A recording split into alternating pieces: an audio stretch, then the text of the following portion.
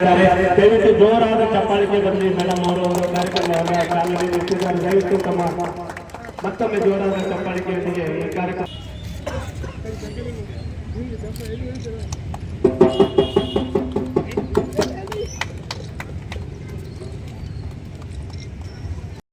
ಶುಭ ಮುಂಜಾನೆ. ಇಂದು ಜಿಲ್ಲಾಡಳಿತ, ಜಿಲ್ಲಾ ಪಂಚಾಯತಿ, ಜಿಲ್ಲಾ ಆರೋಗ್ಯ ಮತ್ತು ಕುಟುಂಬ ಕಲ್ಯಾಣ ಇಲಾಖೆ ಹಾಗೂ ನಗರಸಭೆ ವತಿಯಿಂದ ಡೆಂಗು ರೋಗಕ್ಕೆ ಸಂಬಂಧಿಸಿ ಮುನ್ನೆಚ್ಚರಿಕೆ ಕ್ರಮಗಳನ್ನು ಒಂದು ಇವತ್ತು ಚಟುವಟಿಕೆಯನ್ನು ಇಟ್ಟುಕೊಂಡಿದ್ದಾರೆ. ಜಿಲ್ಲೆಯಲ್ಲಿ ಈಗಾಗಲೇ 34 ಡೆಂಗು ಪ್ರಕರಣಗಳು ಪತ್ತೆ ಆಗಿರುತ್ತವೆ ಮತ್ತು ಕಳೆದ ವರ್ಷವನ್ನು ಹೋಲಿಸಿದರೆ ಈ ವರ್ಷ ಪ್ರಕರಣಗಳು ಕಡಿಮೆ ಆಗಿದ್ರೂ ಸಹ ನಾವು ಬಹಳಷ್ಟು ಎಚ್ಚರ ವಹಿಸಬೇಕಾಗಿದೆ. ಯಾಕಂದ್ರೆ ಈ ಡೆಂಗು ಜ್ವರ ಅನ್ನೋದು ಎಡಿಸ್ ಈಜಿಪ್ಟೈಡ್ ಅನ್ನುವ ಸೊಳ್ಳೆ ಕಚ್ಚುವುದರಿಂದ ಬರುತ್ತೆ. ಈ ಸೊಳ್ಳೆ ಹಗಲು ಹೊತ್ತಿನಲ್ಲಿ ಮಾತ್ರ ಕಚ್ಚುತ್ತೆ ಮತ್ತು ಇದು ಫ್ರೆಶ್ ವಾಟರ್ ಬ್ರೀಡಿಂಗ್ ಮಸ್ಕಿಟೋ ಆಗಿರುತ್ತೆ. ಸೊ ಹಾಗಾಗಿ ಸಾರ್ವಜನಿಕರೆಲ್ಲರೂ ತಮ್ಮ ಮನೆ ಒಳಗಡೆ ಮತ್ತು ಮನೆ ಸುತ್ತಮುತ್ತಲಿನ ಸ್ವಚ್ಛತೆಯನ್ನು ಕಾಪಾಡಬೇಕು. ಎಲ್ಲಿಯೂ ಸಹ ಫ್ರೆಶ್ ವಾಟರ್ ಸ್ಟೋರ್ ಆಗುವಂಥದ್ದು ಯಾವುದೇ ರೀತಿ ಇದು ಅವಕಾಶ ಕೊಡಬಾರದು. ಜೊತೆಗೆ ಮಸ್ಕಿಟೋ ರೆಪೆಲೆಂಟ್ ಅಥವಾ ಮಸ್ಕಿಟೋ ನೆಟ್ಸ್ ಅನ್ನು ಯೂಸ್ ಮಾಡಬೇಕಾಗಿದೆ. ಈಗ ಇಲಾಖೆ ವತಿಯಿಂದ ಇಲ್ಲಿವರೆಗೆ ಎಲ್ಲಿ 2 ಪ್ರಕರಣಗಳು ಕಂಡು ಬರುತ್ತೆ ಅದನ್ನು ಹಾಟ್ಸ್ಪಾಟ್ ಅಂತ ಗುರುತಿಸಿ ಆ ಹಾಟ್ಸ್ಪಾಟ್ ಅನ್ನು ಇರುವಂತ ಏರಿಯಾಗಳಲ್ಲಿ ಮಸ್ಕಿಟೋ ರೆಪೆಲೆಂಟ್ಸ್ ನೀಡುವಂತದ್ದು ಆದೇಶ ಇತ್ತು. ನಿನ್ನೆ ದಿನಾಂಕದಿಂದ ಎಲ್ಲಾ ಏರಿಯಾಗಳಲ್ಲೂ ಸಹ ನೀಮ್ ಆಯಿಲ್ ಅನ್ನು ಮುಂಜಾಗ್ರತವಾಗಿ ಅವರು ಮಸ್ಕಿಟೋ ರೆಪೆಲೆಂಟ್ ಅಂತ ಅಪ್ಲೈ ನೀಡಕ್ಕೆ ಆದೇಶ ಕೊಟ್ಟಿದ್ದಾರೆ. ಅದೇ ರೀತಿ ಇವತ್ತು ಇಲಾಖೆಯಿಂದ ಸಾರ್ವಜನಿಕರಿಗೆ ನೀಮ್ ಆಯಿಲ್ ಅನ್ನು ನೀಡುತ್ತಾರೆ.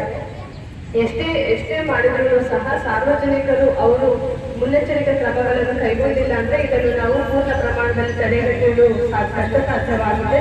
ಹಾಗಾಗಿ ಸಾರ್ವಜನಿಕರು ಈ ಸೊಳ್ಳೆ ಬ್ರೀಡಿಂಗ್ ಆಗಲಾರ್ದಂತೆ ಅದಕ್ಕೆ ಆಸ್ಪತ್ರೆ ನೀಡದಂತೆ ಸ್ವಚ್ಛತೆಯನ್ನು ಕಾಪಾಡಿಸಲು ಮತ್ತೆ ಯಾವುದೇ ಜ್ವರ ಲಕ್ಷಣಗಳು ಕಂಡು ಬಂದ್ರೆ ಇಮಿಡಿಯೇಟ್ ಆಗಿ ಹಾಸ್ಪಿಟಲ್ನಲ್ಲಿ ಸೇರಿ ಅವರು ಚಿಕಿತ್ಸೆ ಪಡೆಯಬೇಕಾಗಿದೆ.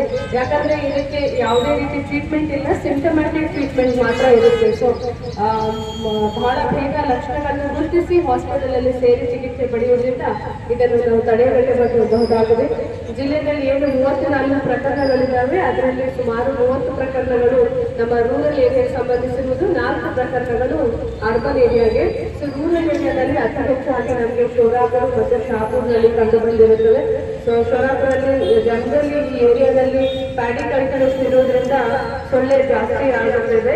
ಸೊ ಅಲ್ಲಿ ಇರ್ತಕ್ಕಂಥ ಜನರೆಲ್ಲರೂ ಸಹ ಮುನ್ನೆಚ್ಚರಿಕೆ ಕ್ರಮ ವಹಿಸಬೇಕಾಗಿದೆ.